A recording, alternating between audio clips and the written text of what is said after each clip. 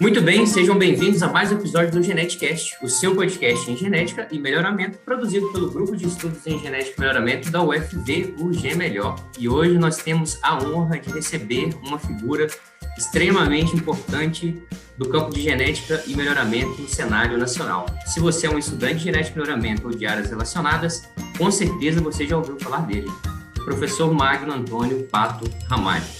Eu sou o Marco Antônio Peixoto e para essa conversa ele está comigo, Jaqueline Enéquio. Seja bem-vinda, Jaqueline.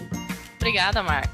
Olá, ouvintes. É um prazer participar desse bate-papo. E hoje a gente vai dar boas-vindas a ele, ao professor Magno Ramalho. Professor, muito obrigado por aceitar nosso convite. Eu que agradeço pela oportunidade e pela iniciativa do Gen Melhor. É uma oportunidade muito boa para que nós possamos difundir o que nós pensamos e como foi o nosso passado e como está sendo o presente, e por que não falar de algumas perspectivas futuras? Tá certo. Professor, nós sabemos que você já trabalha há mais de 40 anos com genética e melhoramento e ajudou na formação de diversos alunos, né, de graduação e de pós-graduação, além de escrever diversos livros e publicar muitos artigos nessa área de genética e melhoramento. Então, com uma participação tão especial, a gente pediu contribuições de nossos ouvintes e eles nos ajudaram montando essa pauta, mandando perguntas para o senhor. Então, professor, primeiro sabemos que recentemente o senhor se aposentou pela Universidade de Lavras, mas algumas atividades ainda tem desempenhado. E a gente gostaria de saber quais são essas atividades, seja ela voltada para o melhoramento ou não, que você tem desenvolvido atualmente. Bom, na verdade, depois da aposentadoria, eu fiquei por 2 anos como professor voluntário, que é o que a universidade permite. E nesse período, e até agora, ainda tem alguns orientados. Eu tenho me envolvido um pouco menos com atividade de campo, principalmente dentro da fazenda da universidade. Mas uma coisa que eu faço com frequência é contato com ex-orientados que estão nas empresas e que constantemente entram em contato conosco para discutir sobre o programa de melhoramento, as perspectivas que tem. Isso tem sido muito enriquecedor para mim. Eu estou sempre preocupado em manter minha cabeça ocupada. E, com isso, tenho lido bastante, talvez até mais do que no período em que eu estava na ativa. E o professor, você lê bastante em genética e melhoramento ainda ou o senhor lê coisas diversas? Na verdade, eu gosto de ler sobre tudo. A semana passada ganhei um livro e está bem oportuno para o momento. A importância de ser generalista. Verdade. Então, você tem que ser generalista para você conhecer o mundo. É possível já dar uma sugestão de início? Procurem ler sobre tudo que tiver, porque isso facilita, primeiro, conversar com as outras pessoas. E, segundo, para que você fique ligado no mundo, isso é importante. Hoje, cada dia mais, a gente tem pessoas muito especialistas, né? Principalmente dentro da genética e melhoramento. As ferramentas, elas parecem que elas estão tão avançadas, né? Que a gente talvez se perde um pouco. A gente tem que demandar um tempo muito grande para a gente ser bom em alguma ferramenta e a gente esquece do todo. Ele usou um exemplo no livro bem interessante. Ele falou que o indivíduo se especializa tanto como se fosse uma pessoa cavando um buraco. Cada vez ele vai mais profundo e esquece de olhar de lado o que está acontecendo. Literalmente, ele está indo para o buraco mesmo. Ô, professor Magno, eu particularmente nunca tive aula com o senhor, né? Não sou de Lavras aí, mas todo mundo que conheceu, que trabalhou de alguma forma, né, orientado, a gente vê falar, fala que o senhor tem uma característica bastante interessante, que além de ser um excelente professor, é um excelente gestor de pessoas, né? Isso é muito difícil a gente encontrar dentro da academia. Geralmente temos perfis que isso se exclui. Ou você é um bom gestor, ou você é uma boa pessoa voltada ali para a orientação dos seus alunos. Então, quais são as ferramentas que Magno usa para engajar os estudantes e toda a equipe, né, voltada ali no programa de melhoramento, para a gente obter resultados, né, melhores resultados? Isso teria algumas dicas aí nessa área de gestão de pessoas para os nossos ouvintes? Na verdade, eu não sei se eu sou um especialista em gestão de pessoas. É evidente que quando eu era estudante, eu já ministrava disciplinas no ensino médio e tudo, e convivi com alguns milhares de estudantes. Com isso, você aprende a conviver e a entender um pouco as pessoas. É evidente que nós nunca somos especialistas em gerenciar pessoas. Mas um fato que me chamou a atenção durante a minha vida toda Porque desde o momento que o estudante tem o primeiro contato comigo, eu falo para ele, você veio aqui para uma equipe, e você tem que trabalhar em equipe. E se você quiser ser uma ilha, trabalhar sozinho, você tem essa liberdade. Mas vou te dizer, você vai sofrer muito mais do que se você engajar na equipe.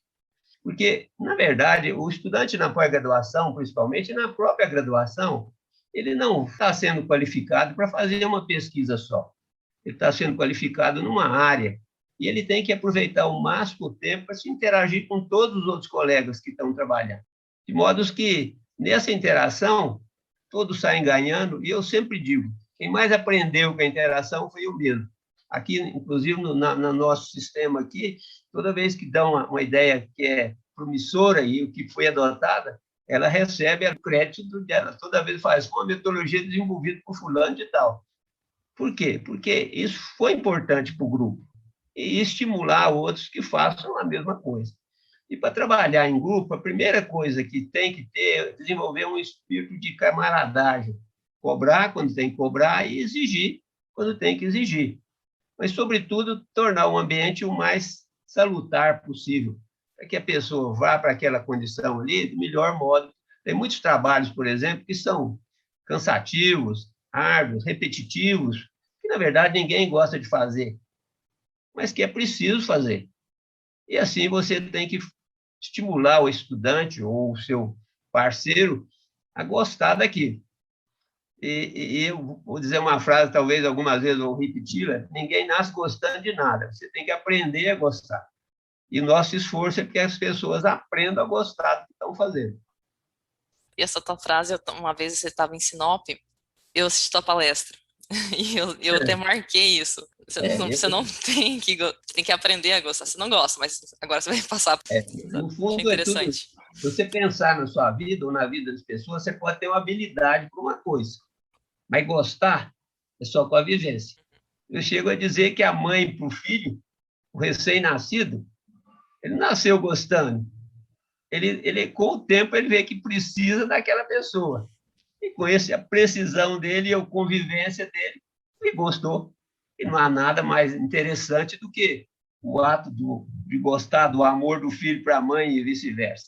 Isso é o convívio. E com qualquer atividade humana, você pode fazer isso com segurança, e agora, depois de adulto, com mais certeza de que vai dar certo. Professor, e você acha que os estudantes têm tido menos engajamento nos projetos, com a pesquisa? Tem alguma opinião sobre isso? Eu acho que vocês ficam tempo demais no computador. Sabe? Eu gosto de citar uma frase que o Cosme falou para mim há muitos anos, falou para mim, Marcos, e eu não preciso de ver planta, eu já tenho a cor verde da telinha do computador. Então, eu entendo a função dele, adoro o Cosme, mas o estudante, sobretudo de genética e melhoramento, ele tem que conviver com atividade de campo, sentir a planta, ver a planta, porque senão ele fica torto na formação dele. E ninguém sabe o dia da manhã. O futuro é incerto. Esse futuro vai depender. Você pode dar sorte de tudo que você fez, tudo que você dirigiu até ali, ser aquilo que você fez no passado. Mas eu já vi várias situações que o indivíduo, no primeiro dia de trabalho, falou: você esqueça tudo que você fez no mestrado e doutorado, que agora você vai fazer isso. E eu acho que se a pessoa teve uma formação generalista, voltando ao caso, perfeitamente possível se engajar. Você não pode ser quadrado, você tem que ser redondo para saber se movimentar. Continuando com relação aos estudantes, a gente sabe que tem muitos livros de sua autoria. Eu mesmo, na graduação, quando eu fiz agronomia, o livro base era o Genética na Agropecuária. A gente sabe que tem muitos livros que são reconhecidos no Brasil e no mundo, é um didático muito bom que o senhor desenvolveu. E eu queria saber, quando surgiu essa ideia de escrever os livros, você achava que eles iriam atingir tantos estudantes ou teria tamanha relevância? Bom, na verdade, quando você começa a fazer qualquer atividade e escrever um livro, um artigo, não é diferente, você nunca espera que a repercussão seja grande ou pequena. Você faz, evidentemente, com muita dedicação para fazer o melhor possível, mas você não imagina. Confesso que tive uma enorme surpresa com o que ocorreu, sobretudo com genética na agropecuária. Teve um período que eu viajava bastante, em todo local que eu ia no Brasil, eu via os estudantes comentarem, eles achavam que o autor de um livro era uma pessoa diferente deles. Eu falei, não, eu sou de carne e osso igual a você. Penso como você, tem as mesmas limitações de você. Escrever um livro é simplesmente o ato de sentar, dedicar bastante e escrever o livro. E falo sempre para aqueles que vão se dedicar ao ensino, que é imprescindível que um professor, depois de 10 anos ministrando qualquer disciplina, ele tem que escrever alguma coisa da experiência dele, da didática dele, em colocar aquele assunto. Principalmente na área que vocês trabalham, da biometria, isso vai uma crítica ao biometrista de modo geral, vocês adoram um penduricalho de índice. É muito complicado ler o que vocês escrevem. Então, eu acho que deveria ter um modo de transformar isso numa coisa palatável, usando uma linguagem de futebol. Baixa a bola, que todo mundo vai ser adepto. Não pode partir para a lei de Murphy. Quanto mais complicado, melhor. Na verdade, quase tudo é simples, desde que você coloque de um modo simples. E eu acho que hoje esse ponto, na verdade, é o que eu bato na tecla quando a gente está falando principalmente da parte de divulgação científica. Porque quando você pega a ciência em si, por que ela não chega, no Brasil principalmente, por que ela não chega no cara que paga o imposto e que faz a ciência em si acontecer, né?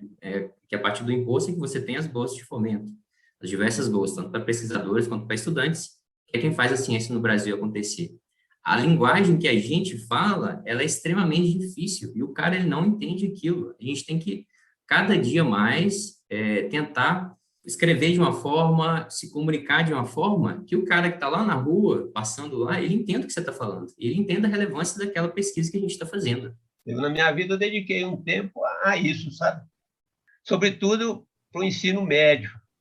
Dentro do possível, eu gostava de interagir com o ensino médio para colocar, para identificar novos talentos que fossem realizar a pós-graduação. Ela comentou que viu uma palestra em Sinop. E toda vez que eu vou fazer uma palestra, eu noto que tem aluno que está interessado, no final vem conversar e tudo. E você tem essa obrigação de toda vez que você for falar do que você faz, você tem que procurar novos adeptos. Porque a ciência continua com o tempo através das pessoas ou por meio das pessoas que você ajudou a qualificar. E ter pessoas novas, talentosas, é sempre o objetivo de qualquer professor. Você tem que ter uma continuidade do seu trabalho. E você tem que transformar aquilo que aparentemente é complicado em uma coisa simples.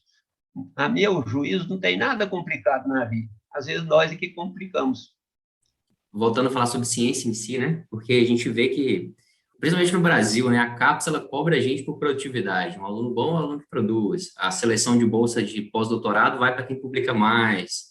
E qualquer coisa que você for aplicar hoje no Brasil, que vai envolver ciência, o seu currículo está lá e conta ponto. E isso acaba que gera a necessidade de se publicar, né? De se fazer ciência de qualquer maneira. Você acha que essa forma ela está influenciando na qualidade daquilo que a gente tem feito, das nossas publicações? Publicar é uma coisa importante. Se eu falasse que não era, eu estaria mentindo para você. Mas é importante publicar com convicção do que está sendo feito. E vou dizer, se dependesse de mim, avaliação de qualquer currículo, nada dependeria de publicação. Eu vejo, às vezes, estudantes que saíram da graduação, no dia de fazer a seleção para o mestrado, aparece com 10, 15 trabalhos publicados. É evidente que não é dele. Véio. Eu vejo casos de casal, casou e casou na ciência, que vai junto. É dele, velho. Você trabalha com genética mutativa, outro trabalha com cultura de tecido. Um cara de genética mutativa publica. Isso, a comparação não é... Você está comparando os pares. E isso não funciona. Você tem jeito de avaliar pessoas de modo diferente que trabalho publicado. A pós-graduação, por exemplo, para mim, deveria ser avaliada pelo comportamento dos egressos no mercado. Trazer o empregador para dentro e perguntar o que aconteceu, tal. E parece que está mudando. Agora diz que só precisa de 4 trabalhos, programa por ano, para ser avaliado. E aí você vai ver, a qualidade vai pesar mais que tudo. E para achar 4 bom vai ser duro. Não sei se vocês estão me entendendo. Não, estamos sim. Isso é um negócio que a gente bate bastante na tecla, né? E acaba que não, acaba que, no final das contas, virou uma indústria da publicação, né? As revistas boas são pagas, aí se você pagar, você consegue publicar. Geralmente o programa não tem tanta grana assim para ficar investindo em publicação científica, então tem todo um contexto por trás. Vamos ser sinceros, virou o maior mercado que existe. O meu e-mail aqui, todo dia tem gente pedindo para publicar, etc. e tal. Na verdade, não está pedindo, ele está vendendo um trabalho de publicação. Vocês já viram coisa mais estranha? Você faz o trabalho, na hora de publicar, você tem que pagar para publicar, ou ainda ao invés de ser o contrário, eles vão te pagar por que você fez, velho. Exatamente. Eu tenho um amigo meu, achei a história que ele conta, acho bastante curioso, que ele fala assim, que quando ele publicou o primeiro trabalho, aí ele mandou para os amigos dele, né, da cidade dele, ele era da cidade interior, então tinha vários amigos que conheciam o que ele fazia e tal. Aí um perguntou assim, quanto que você ganhou por publicar o seu trabalho e tal? Ele falou, não, eu não ganhei nada não, na verdade eu tive que pagar para publicar esse trabalho. Ele falou, mas não faz sentido o que você faz. O que é mais absurdo, inclusive da minha universidade aqui, a revista daqui, cobra para você submeter. Isso, se levar no PROCON, eles vão ser presos, porque você paga por um negócio que não vai ser realizado. Porra, isso não existe. Mas não tem, não. Tem algumas revistas que ainda fazem isso. Tem algumas revistas que ainda fazem isso, né? Você paga para submeter e realmente não faz sentido. Das universidades, da sua universidade, se eu for publicar alguma coisa na revista da universidade aqui, eu tenho que pagar para submeter. Não é para ser aceito, não. Primeiro, que ele sabe da onde vai sair esse dinheiro. Não tem. Ele está careca de saber que não tem de onde sair esse dinheiro. Esse recurso, né? Então, você vai ter que usar do seu. E depois, se ele não gostar, ele não vai ser publicado. Ora, existe uma coisa dessa? É como se você fosse comprar uma coisa no mercado e não levar a mercadoria. Exatamente. Chegou no ponto que não... Acho que passou do normal, sabe? Passou do normal. Virou um negócio sem... E tem que mudar. Espero vocês jovens, vocês gostam de discutir, coloque isso em discussão mais ampla mesmo, traga aqui gente que tem chance de decisão e mostre, isso aí não pode continuar, onde nós vamos parar com isso? Porque vocês vão viver um mundo cada vez mais competitivo. E a competição tem que ser leal. E com publicação não é leal. É verdade. Entendi. Entendeu? Sim. O senhor foi orientado do professor Venkovski, né, no seu doutorado, se não me engano, no mestrado. E como é que era, assim, como é que era trabalhar direto com o Venkovski? Também é um dos grandes nomes, né, de genética e melhoramento. Eu não só fui orientado dele, como depois fui para Sete Lagoas, me levou para trabalhar com ele lá, sabe? E eu estava aí 28, 29 anos, tinha terminado o doutorado e a UFRA me cedeu para ficar com ele lá em função administrativa. E foi um negócio muito arriscado, mas valeu muito. Porque o Venkovski, pergunta o Cosmo, por exemplo, quem convive com ele aí, o Venkovski é uma pessoa brilhante em termos de conhecimento. É incrível, ele abria a boca para falar alguma coisa, pode contestar, mas a chance de contestar e ter sucesso seria pequena, porque ele falava pouco, mas do que falava ele sustentava. Na orientação, era até um pouco difícil chegar nele, conversar com ele, sabe? Porque ele não ia tanto assim na universidade, ficar tanto tempo lá, mas ele dava uma atenção direta. Às vezes, você chegava perto dele e falava assim, professor, eu estou com tal problema. Ele não falava nada, só te olhava assim. Tem dois tipos de problema, né? O seu e o meu. Aí passava um dia, 2 dias, às vezes ele voltava e falava assim, você tinha me perguntado, era isso? O cara era de uma habilidade científica, um negócio extraordinário. Ser humano excepcional. Mas ele, às vezes você chegava, não sei se aconteceu com o Cosmo, e você chegava nele, olhava para ele assim, o que ele está pensando hoje, né? Ele está lá no outro mundo. E você falava o problema para ele, ele não ia te responder aquilo ali, né? Deixava um tempo. Eu convivi bem com ele e aprendi demais. E tem uma pessoa que eu tenho que agradecer, não sei onde ele está no momento, né?